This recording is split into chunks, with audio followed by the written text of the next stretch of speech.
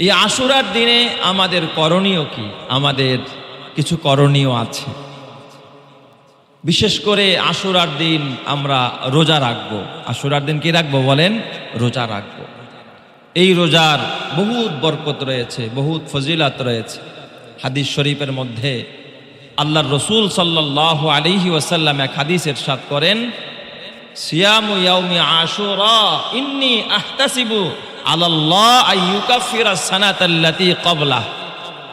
নবীজি বলেন, আশুরার দিন যদি কেউ রোজা রাখে, আমি আল্লাহর কাছে এই ধারণা রাখি যে আল্লাহ তাআলা তার অতীতের 1 বছরের পূর্ণ বছরের গুনাহ মাফ করে দিবে। কোন দিন রোজা রাখলে? আশুরার দিন রোজা রাখলে। আশুরার দিনের রোজা অত্যন্ত বরকতপূর্ণ, তাৎপর্যপূর্ণ, মর্যাদাপূর্ণ। শুধু আশুরার দিন নাই, মুহররম মাসেই বেশি বেশি রোজা রাখি আমরা। এই পুরা মুহররমের রোজারই বরকত আল্লাহর কাছে অনেক বেশি। অপর এক হাদিসে আল্লাহর রসুল সাল্লাল্লাহু আলাইহি ওয়াসাল্লাম বলেন, ক্বালা রাসূলুল্লাহি সাল্লাল্লাহু আলাইহি ওয়াসাল্লাম, আফযালুস সিয়ামি বা'দা রমাদান শাহরুল্লাহিল মুহাররম। নবীজি বলেন, আল্লাহর কাছে রমজানের পরে সবচাইতে দামি রোজা, সবচাইতে বরকতপূর্ণ রোজা, সবচাইতে তাৎপর্যপূর্ণ পূর্ণ রোজা হলো এই মুহররমের রোজা। জোরে বলেন সুবহানাল্লাহ। তাহলে শুধু আশুরার দিন না, মুহররম মাসে আমরা যত বেশি পারি তত কি রাখবো? রোজা রাখব। তবে এক্ষেত্রে আশুরার দিন শুধু একটা রোজা রাখা, এটা যেহেতু ইহুদিদের সাথে সাদৃশ্য হয়, বিজাতিদের সাথে সাদৃশ্য হয়, এই জন্য শুধু একটা দিন আমরা রোজা রাখবো না। এই আশুরার দিনের আগের দিন তথা 9 তারিখ এবং 10 তারিখ দুইটা রাখবো, অথবা 10 অথবা 11।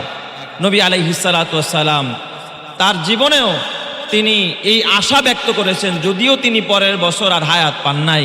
মদিনায় যখন হিজরত করলেন, নবীজি হিজরতের পরে দেখলেন যে মদিনার ইহুদিরা তারা মুহররমের 10 তারিখ রোজা রাখে।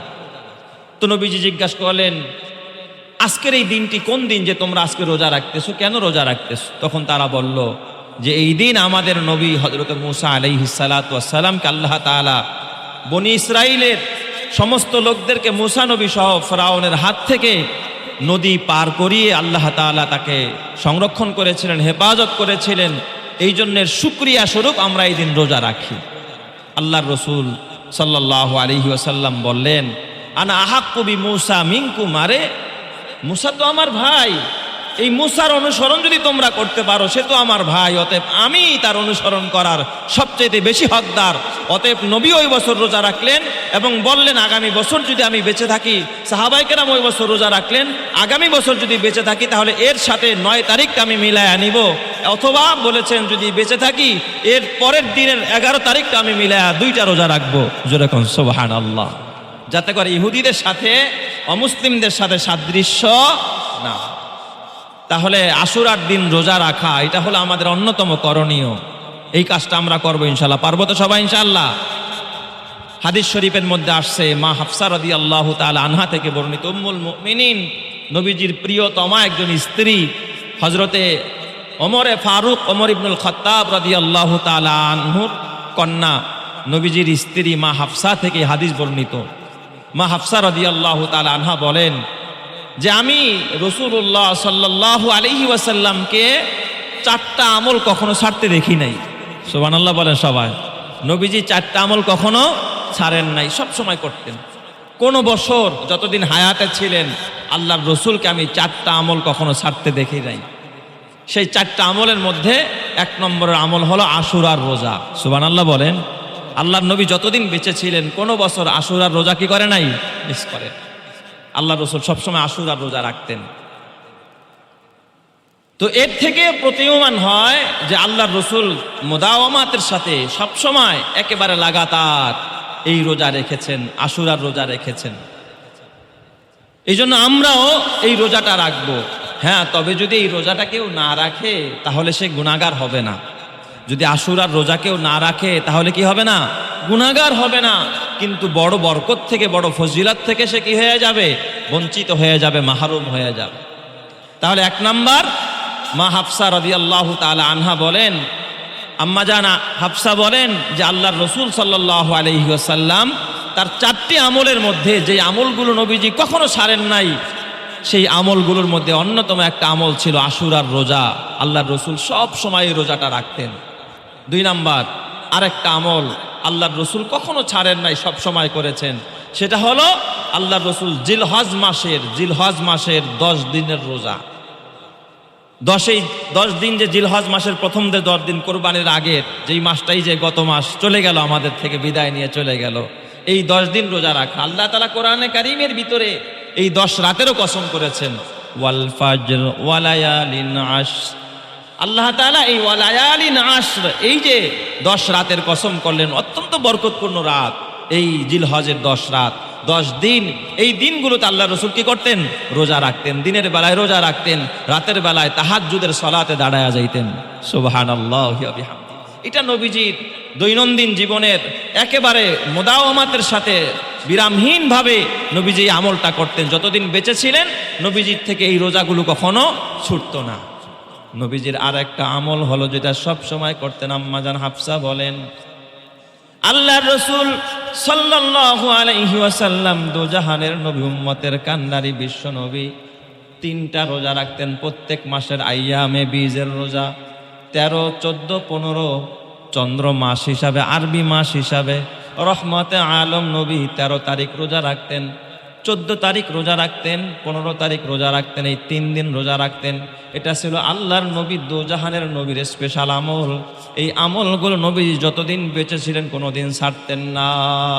এই জন্য আমরাও যদিও নফল, কিন্তু এইগুলো যদি আমরা করতে পারি আল্লাহ তাআলা আমাদের মর্যাদাও বাড়ায়া দিবে, কারণ নবীজির এটা স্পেশাল আমল সব সময় করতেন। আল্লাহর নবীর আরেকটা স্পেশাল আমল ছিল যেটা নবীজি মরণের আগ পর্যন্ত কখনো ছাড়েন নাই, নবীজি সব সময় আমল করতেন। সেটা হলো আল্লাহর রসুলের একটা স্পেশাল আমল। মা হাফসা রাদিয়াল্লাহু তাআলা আনহা বলেন, সলাতা রাকাআতিল ফাজরি, ফজরের 2 রাকাত নামাজ, সুন্নত নামাজ। ফজরের আগে, ফরজ নামাজের আগে যে 2 রাকাত সুন্নত নামাজ, আল্লাহর রসুলের কাছ থেকে এই নামাজ কখনো ছুটে নাই। আল্লাহর রসুল মৃত্যুর আগ পর্যন্ত এই সুন্নত নামাজ কখনো ছাড়ে নাই। সুবহানাল্লাহ, জোরে কোন সবাই। এই জন্য হাদিস শরীফের মধ্যে আল্লাহর নবী বলেন, রাকাতা সলাতিল ফাজরি খায়রুম মিনাদ দুনিয়া ওয়া মা ফিহা। আল্লাহর নবী বলেন ফজরের 2 রাকাত নামাজ, ফজরের 2 রাকাত সুন্নত নামাজ, ফজরের 2 রাকাত নামাজ, এই আসমান আর জমিন এবং এত দুবয়ের মাঝে যা কিছু আছে এর চাইতো আল্লাহর কাছে ফজরের 2 রাকাতের মূল্য আল্লাহর কাছে 1000 গুণ কোটি গুণ বেশি। সুবহানাল্লাহ। অথচ আমরা সুন্নত নামাজ কোনো কেয়ার করি না। জুমার দিন ফরজ নামাজ শেষ হয়ে গেছে, মুসল্লি কয়েক ভাগে বিভক্ত হয়। কিছু আছে সালাম ফিরাইতে দেরি, ভাগতে আছে, এরা দোয়াও করে না। এরা কি করে না? দোয়াও করে না, দোয়াও শামিল হয় না। এরা সুন্নত নামাজ পড়ে না। আবার কিছু মুসল্লি আছে দোয়া করে যায় নামাজটা কান্দে নিয়ে, তারপরে ভাগে সুন্নত পড়ে না। কয় মক্কায় দেখছি হাজিরা নামাজ সুন্নত নামাজের আগেই তোয়াফ আরম্ভ করে দেয়। ও যুবক ভাই, তোর হাতে পায়ে ধরা বলা যায় না না না, কাবার চত্বর এমন একটা জায়গা 24 ঘন্টা যেই জায়গার মধ্যে তোয়াফ করা হয়, ফরজ তোয়াফ করে হাজিরা। বলেন তো আপনাদের কাছে আমি জানতে চাই, ফরজের গুরুত্ব বেশি না সুন্নত আর নফলের গুরুত্ব বেশি? ফরজের গুরুত্ব বেশি। ওই জায়গায় যদি আপনি দাঁড়ায় সুন্নত পড়তে থাকেন, আপনি যদি 10টা মিনিট হাজিদের জন্য মাতাফটাকে আটকায়া রাখেন, তাহলে হাজিরা ফরজ আদায় করতে পারবে না। এমন না যে এরাই আসছে এরাই চলে যাবে আর খালি হয়ে যাবে না। একদল আসতেছে একদল যাইতেছে, কিয়ামত পর্যন্ত কাবা এইভাবে বিজি থাকবে। একটা সেকেন্ডের জন্য কাবা খালি হয় না। রাত্র 3টায় যাবেন তখনও ভিড়, রাত্র 2টায় যাবেন তখনও ভিড়। আপনি মনে করবেন গভীর রাতে যাই কাবার চত্বরে গিয়া একটু মন ভরা তোয়াফ করে নামাজ পড়ে যায়, দেখবেন তখনও কদম ফেলা যায় না, এত মানুষের ভিড়। আল্লাহ তাআলা এই জায়গাটাকে এমন ভাবে কবুল করেছেন, আল্লাহ তাআলা এত দামি করেছেন। আল্লাহ তাআলার কোরআন সাক্ষী দেয়, ওয়ামান দাখালাহু কানা আমিনা। এই জায়গায় যে প্রবেশ করবে রাত্র 2টা আর 3টায় নয়, আল্লাহ তাকে নিরাপত্তা দান করে দিবে। সুবহানাল্লাহ। তো এই জন্য সেখানে যদি আপনি সুন্নাত আর নফল পড়তে থাকেন, ফরজ আদায় করতে পারবে না, বাধা হয়ে দাঁড়াবে, তোয়াফ করতে পারবে না। তোয়াফ তো ফরজ, তোয়াফ করতে পারবে না।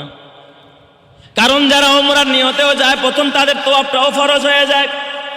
এই জন্য খবরদার, আমার বাবা ওইটা কোনো দলিল না। হ্যাঁ, সুন্নত নামাজ ঘরের মধ্যে পড়াই হলো উত্তম। আরবের লোকেরা তারা ঘরের মধ্যে সুন্নত পড়ে। অনেক প্রবাসী ভাই আছে, তারা দেখা শেখে, আরে এরা তো সুন্নত পড়ে না, এই জন্য আমরাও পড়ি না। না বাবা, সুন্নত হলো নবীজি ঘরের মধ্যে পড়তেন, এই জন্য অনেক মানুষ ঘরের মধ্যে পড়ে। আপনার ঘরে তো ওই পরিবেশ নাই, আপনার ঘরে আছে টেলিভিশন, আপনার ঘরে আছে বাবা গান বাজনা, আপনার ঘরে নামাজের পরিবেশ নাই। আপনি যদি সুন্নতটা সাইরা দিয়া ঘরে চলে যান, কসম আল্লাহর প্রিয় হতে পারবেন না। ফরজ আদায় করলে জাহান্নাম থেকে বাঁচা যায়, ওয়াজিব আদায় করলে আমার বাবা অন্যান্য ওয়াজিবাত এবং ফরজগুলো আদায় করলে জাহান্নাম থেকে বাঁচা যায়, কিন্তু জান্নাত ওয়াজিব হয়। আপনার যদি ওয়াজিব আদায় করেন, কিন্তু কেউ যদি সুন্নাত আর নফল আদায় করে, ওই মানুষটা আল্লাহ তাআলার বন্ধুতে রূপান্তরিত হয়। জোরে কোন সুবহানাল্লাহ। শুধু ফরজ আদায় করছেন, এদের আল্লাহর বন্ধু হইতে পারবেন না। আপনি একটা কামলা নিছেন, কিষান নিছেন কাজ করার জন্য, তাকে ডিউটি দিচ্ছেন 8টা থেকে নিয়ে 2টা পর্যন্ত, সে 8টা থেকে 2টা পর্যন্ত আদায় করছে, 500 টাকা তার বিল, আপনি তারা দিয়া দিচ্ছেন। আপনি কি তারা বন্ধু বানাবেন? বন্ধু বানাবেন না। ও আর দায়িত্ব পালন করছে, ডিউটি পালন করছে, যা তুই 500 টাকা নিয়ে ভাগ, তোর দায়িত্ব তুই পালন করছিস, তোর ফলাফল নিয়ে তুই ভাগ।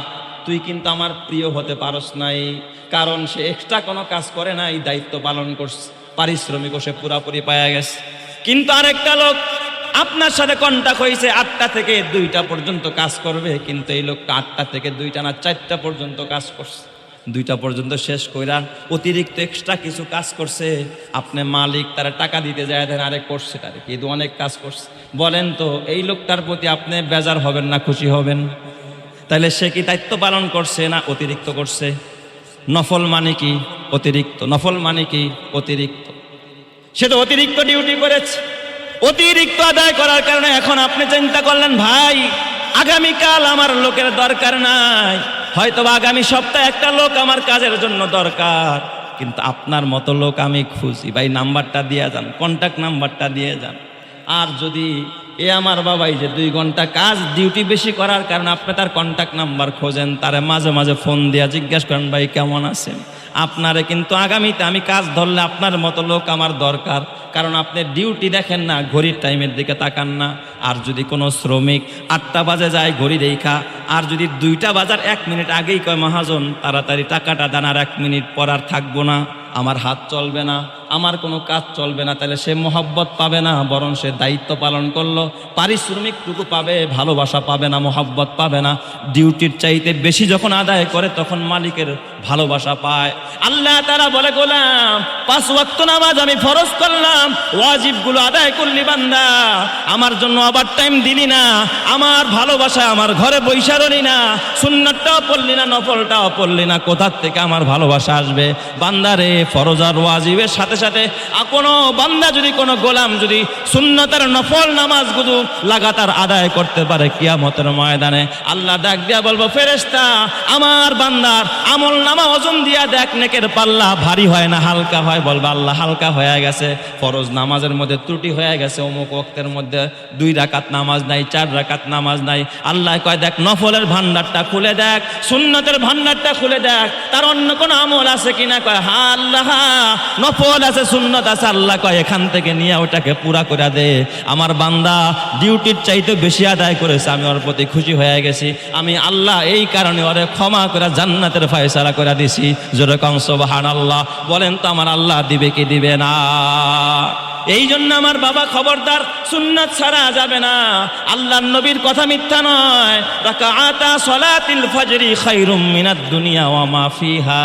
সুন্নত নামাজ 2 রাকাত ফজরের সুন্নত নামাজ, এটা আসমান এবং জমিন এবং এত দুবাইয়ের মাঝে যা কিছু আছে তার চাইতে উত্তম।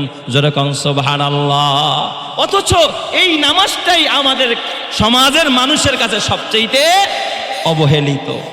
কয় সুন্নত নামাজ তো দূরের কথা হুজুর, ফরজই তো পড়ি না। ওঠে বেলা 8টায়, ওঠে 10টায়, ঘুম ভাঙে না। অথচ কসম আল্লাহ, আমি গত 2 দিন আগে ফজরের নামাজের সময় যখন বাসায় উঠছি দেখি চিল্লা পাল্লার আওয়াজ, ভয় আতঙ্কে উঠে গেছি। হঠাৎ দেখি বাহির থেকে আওয়াজ, বাঁশিরও আওয়াজ আসছে। কিরে? তো জিজ্ঞাসা করলাম বিবিকে, কয়েক মনে হয় খেলা দেখতেছে, খেলার কোনো গোল টোল হয়েছে এই জন্য আওয়াজ দিতেছে। কসম আল্লাহর, রাত্র 4টা বাজে তুমি টেলিভিশনের সামনে বৈশা বৈশা গোল দেখলা, খেলা দেখলা, অথচ মালিক তোমার ডাকতেছে, আলা মিন মুস্তাগফিরিন ফাগফির লাক, আসলে গুনাহগার আমার কাছে ক্ষমা চা, আমি ক্ষমার দুয়ার খুলে দিছি। আলা মিন মুস্তারজিকিন ফারজুকালা, আসলে রিজিকের অভাবী, আমি আল্লাহ রিজিকের ভান্ডার খুইলা বৈশা রইছি, রিজিক দেওয়ার জন্য রিজিক চা। কিন্তু ওই দুয়ারে না গিয়া টিভির দুয়ারে গিয়া বৈশা রইছো, খেলোয়াড়দের দুয়ারে গিয়া বৈশা রইছো। কপালটা পুড়ে গেছে, নসিব খারাপ হয়ে গেছে। কিছু কপাল পোড়া মানুষ আছে, প্রজেক্টরের ব্যবস্থা করে দেয়, কয় এখানে 10,000 খরচ করছে। এই তুই 10,000 খরচ করে প্রজেক্টরের ব্যবস্থা করলি, চা খাওয়ায়, আবার চাও খাওয়াইতেছে। কত বড় দরদি মানুষ, কত বড় দয়ালু মানুষ। আল্লাহ কব কিয়ামতের ময়দানে আয় আয়, তুই খেলা দেখার জন্য চা খরচ করলি, প্রজেক্টরের ব্যবস্থা করলি, ফ্যানের ব্যবস্থা করলি, চেয়ারের ব্যবস্থা করলি, অথচ নামাজের জন্য ডাকলি না, নামাজের কথা বললি না, নিজেও পড়লি না, তোর বন্ধু বান্ধবরেও পড়ালি না। তখন জাহান্নাম ছাড়া কিন্তু কোনো গতি থাকবে না, কথা ঠিক কিনা? এই জন্য আল্লাহ তাআলার কোরআন সাক্ষী দেখ, ওয়াসিকাল্লাযীনা কাফারু ইলা জাহান্নামা যুমারা, কাফেরদেরকে কিয়ামতের ময়দানে, বেনামাজিদেরকে যখন জাহান্নামের গেটে নিয়ে যাওয়া হবে, জাহান্নামের গেটে যখন বেনামাজিরা, কাফের মুশরিক বেঈমানেরা, নাস্তিকেরা, মুরতাদেরা, যারা আল্লাহ মানতো না, কুরআন মানতো না, হাদিস মানতো না, বেঈমানদেরকে যখন জাহান্নামের গেটে নিয়ে আসা হবে, ওয়াসিকাল্লাযীনা কাফারু ইলা জাহান্নামা যুমারা হাত্তা ইযা জাউহা ওয়া ফুতিহাত আবওয়াবুহা, জাহান্নামের গেটে আনার পরে যখন জাহান্নামের দারোয়ানেরা জাহান্নামের দরজাগুলো খুলে দেওয়া হবে, জাহান্নামের দরজাগুলো খুলে দেওয়া হবে, ফুতিহাত আবওয়াবুহা ওয়া ক্বালা লাহুম খাজানাতুহা, তখন ওই দারোয়ানরা বলবে এই আসামিদেরকে দেখা, এই বেনামাজিদেরকে দেখা বলবে, ওয়া ক্বালা লাহুম খাজানাতুহা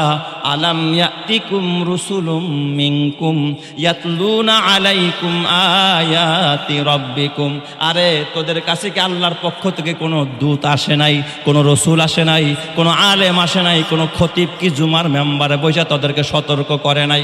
কোনোদিন কি ফজরের নামাজের গুরুত্ব তোদেরকে বলে নাই? কোনোদিন কি আল্লাহর ঘরের প্রতি আহ্বান করে নাই? কোনোদিন কি সুন্নত নামাজ পড়ার প্রতি ইমাম সাহেব কি তোরে সতর্ক করে নাই?